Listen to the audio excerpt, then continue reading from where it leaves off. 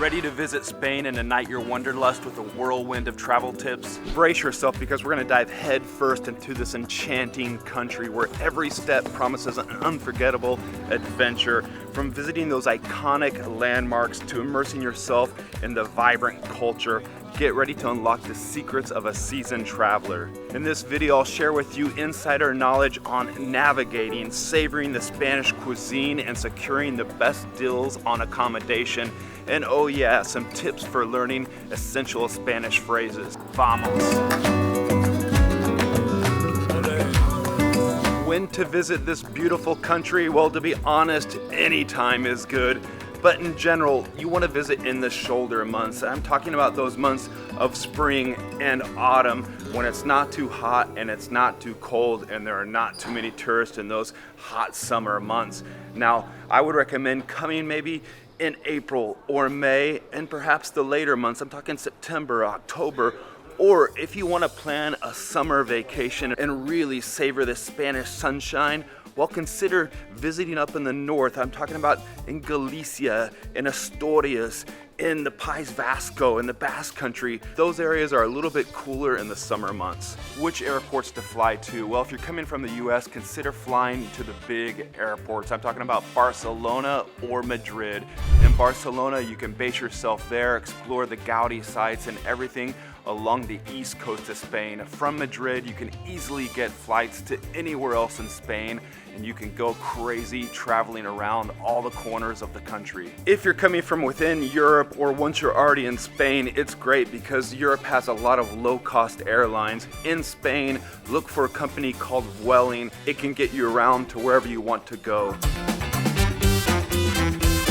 What about the trains? Well, train travel in Spain is super easy, especially if you're already in Madrid, because from there, the high-speed train, the AVE or the AVE, it branches out everywhere from Madrid to the north, to Lyon, to the east, to Barcelona, Valencia, or down to the south to Malaga. It's a network of around 3,000 kilometers and will definitely suit your needs if you're heading to those bigger cities.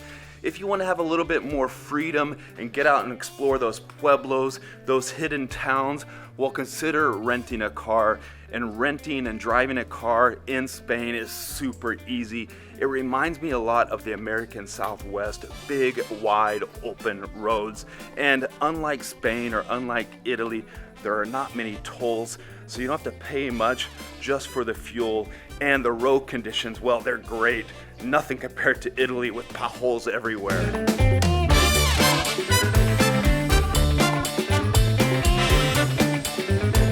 What about accommodations? Well, here's my recommendation. If you have a 1 or 2 night stay in a city, I would go with a hotel because you get 24-hour, 7 days a week receptions.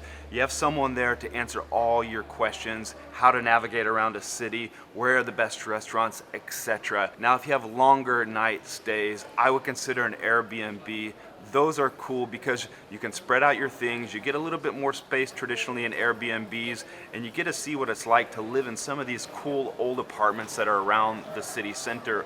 Also, it gives you the ability to stay at home 1 or 2 nights if you don't want to go out to the restaurants, and you can cook at home. Also, you can make your breakfast at home. For hotels, I use the app booking.com to find the best deals. And for Airbnb, well, you go to the Airbnb app. What about itineraries? Well, I have 5 different options for you if you're coming over to Spain on a 7-day trip. One option is base yourself around Madrid. There's a lot to see and do in Spain's capital. Also, you can get out to those satellite cities and make a few day trips. I'm talking about going to Toledo, which used to be the capital of Spain, or Avila, which has all those beautiful walls, or Segovia, which is famous for its Roman aqueducts. The other option I would suggest for you is basing yourself around Barcelona. There, well, you got the city of Gaudi, the Sagrada Familia, the big church, or you can cruise up and down the Costa Brava and visit some of the towns like Tossa del Mar or Cadaque, that beautiful beachside village, fishing village type, looks like a Greek little town there. And one of my favorite places, well, head to Andalusia. It's a beautiful southern coast of Spain, and it's what Spain's all about, with gazpacho, with sangria, the bullfights, and flamingo. Down there, you can visit cities like Malaga, Marbella, Granada, Seville, and get lost. Or over on Spain's east coast, Valencia. That's a cool town of art and, of course, Spain's paella, the home of the paella. There you can cruise up and down the Costa Blanca, visit towns like Calpe and Alicante, and it's well worth staying in Valencia for 7 days. Finally, the fifth place I would suggest is Bilbao. Flying to that city, the home of the Zorritos and the Pinchos. I'm talking about the little beers and the tapas. You can see the Guggenheim Museum. You can go to the seaside. You can also cruise over to San Sebastian, the town made famous by Hemingway, and the sun also rises. From there, you can easily get to Pamplona as well for the running of the bulls. San Sebastian has that big, long stretch of beach. Pamplona has so many bars you can dive in and out of. And Bilbao is this emerging modern city coming out of the industrial age with so much to offer. Let's talk about how to stay safe when you're traveling. How are you going to be insured in case you have a problem? And for that, I use Safety Wing. Their policy, the Nomad insurance, it works pretty darn well. It covers you in one policy for multiple countries. Also, it covers you in your home country if you're briefly traveling home during all your travels. And the great thing is you can buy it when you're already abroad after you've begun your travels. There's a link that you can click on down below that'll take you directly to their site to check out their offers. What about currency? How are you gonna pay for those sangrias, those tapas, or any sort of souvenirs you want to buy on your way when you're here in Spain? Well, you always want to carry a little bit of cash. And my recommendation always when you're visiting foreign countries is to hit up a bank ATM machine, like one of these right here. Pull out some cash, and my advice when you're doing that, use your bank card from home. Make sure before you travel that it's set up so you can use it abroad. Call your local bank and let them know you'll be traveling abroad. When you're pulling out money from the machine, don't accept their conversion. Go with your own bank's conversion. That'll save you a little bit in those conversion fees. You're gonna get hit every time you pull out money with like a €2 fee from the ATM. So I suggest when you do pull out money, pull out a relatively large amount so you don't have to pull out multiple times and get hit with that fee. So that's how you get cash when you're here on the ground. Another option is if you want to get some of those euro bills before you leave your home country, we'll visit your bank and get some. But what I always do is I hit the ATM, the bank machine, as soon as I land in the airport of the country I'm visiting.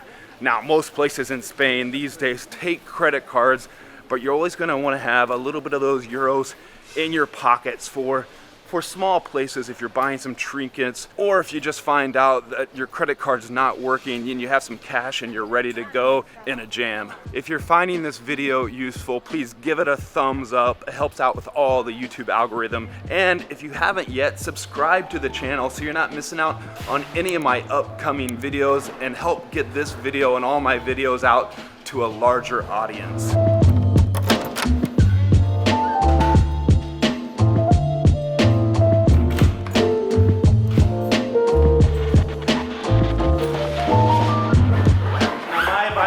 Packing is bring a small bag. I see so many foreigners, tourists in Europe, lugging around big bags through the ancient city centers. You have to consider in Europe, we don't have those big wide sidewalks that you'd have in other countries like the United States.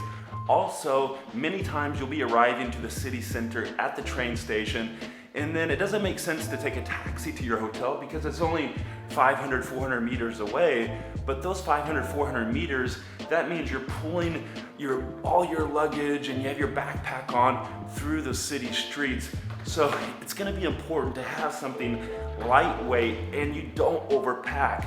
Don't take too many clothes items. A couple of pairs of pants, couple pairs of t-shirts, a light jacket, 2 pairs of underwear, 2 pairs of socks for a 7-day trip, and a little bit of laundry detergent. You can always wash your things in your Airbnb or your hotel as the trip progresses. And as my good friend once told me, travel light and travel far. You need to consider how you're gonna stay connected to your power and recharge all your items when you're traveling about in Spain. The United States runs on 110 volts, Europe on 220. I'm not talking about bringing a voltage converter. You need to bring an adapter for your plugs so you can plug in all your items to those funny outlets that we have here in Europe. So my recommendation before you travel is go to Amazon and buy some of those power adapters. I'll put links down in the description for some adapters that I use when I travel.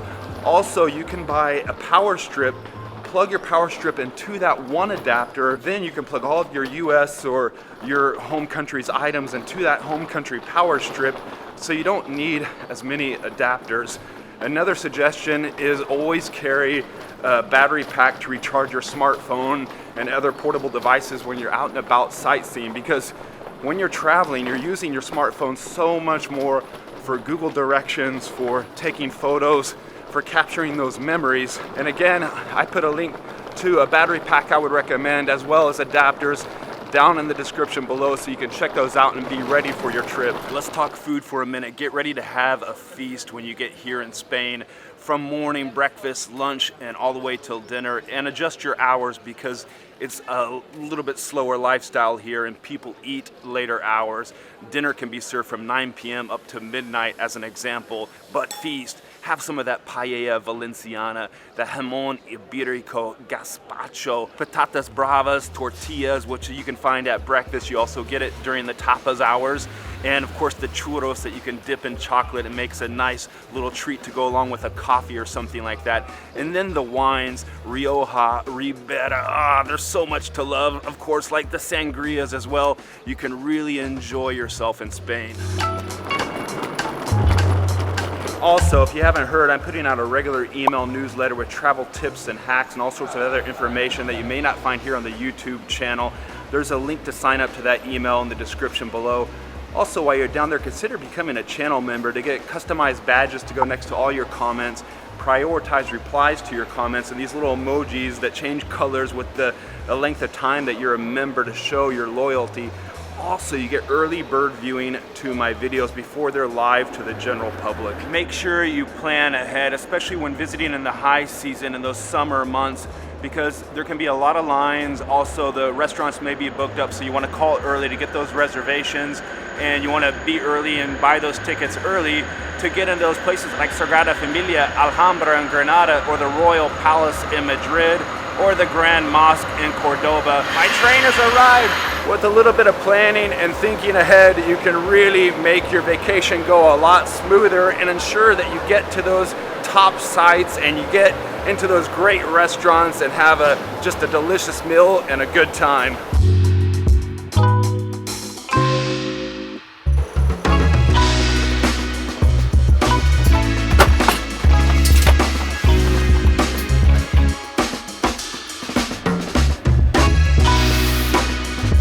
About how you're going to be connected, the essential when you're in Europe. You need to make sure you have internet on your telephone. So to do that before you leave your home country, well, check your roaming plan, because many of the providers in the United States, for example, offer roaming abroad at a pretty inexpensive rate, so you can get a whole bunch of data, if not unlimited data, with your roaming plan. Now, if that's not an option, another option for you is when you get to Europe, buy a SIM card. Now, make sure your phone has a free SIM card slot, or you're gonna have to pull out your home SIM card and put in your new SIM card. Now, bear in mind, you're gonna have an unlocked phone for that one phone that takes new SIM cards so you can use it. I like going this option because this way you get inexpensive data in that country you're visiting, and you know the data connection is always fast. And of course, the cheapest option is just rely on Wi-Fi networks when you're at the hotel or when you're in bars and restaurants, but this can be difficult at times, and you're gonna wanna have connection on your phone when you're going around so you can look at Google Maps and look up recommendations for hotels and restaurants. Café con leche. And of course, another option is to buy a little Wi-Fi device that you can put a local SIM card in, and it emits a Wi-Fi signal. That way you and your friends and family can all connect to that one Wi-Fi device. I'll put an Amazon link down in the description for one that I recommend, so you can buy that before you start your vacation. Before you arrive in Spain, in the airport, it's important that you know a little bit of Spanish, some Spanish phrases like hola, hello, ¿cómo estás? How are you? Bien, gracias. I'm good, thank you. ¿Cómo te llamas? What's your name? Me llamo Gregor. My name is Gregor. Encantado. Nice to meet you. Por favor. Please. Gracias. Thank you very much. And adios. So there you have it, an arsenal of travel tips to unlock the true essence of Spain. Now you can embark on your Spanish journey with confidence. Now click on this video here to find out, why I think Spain is the best country to travel in Europe.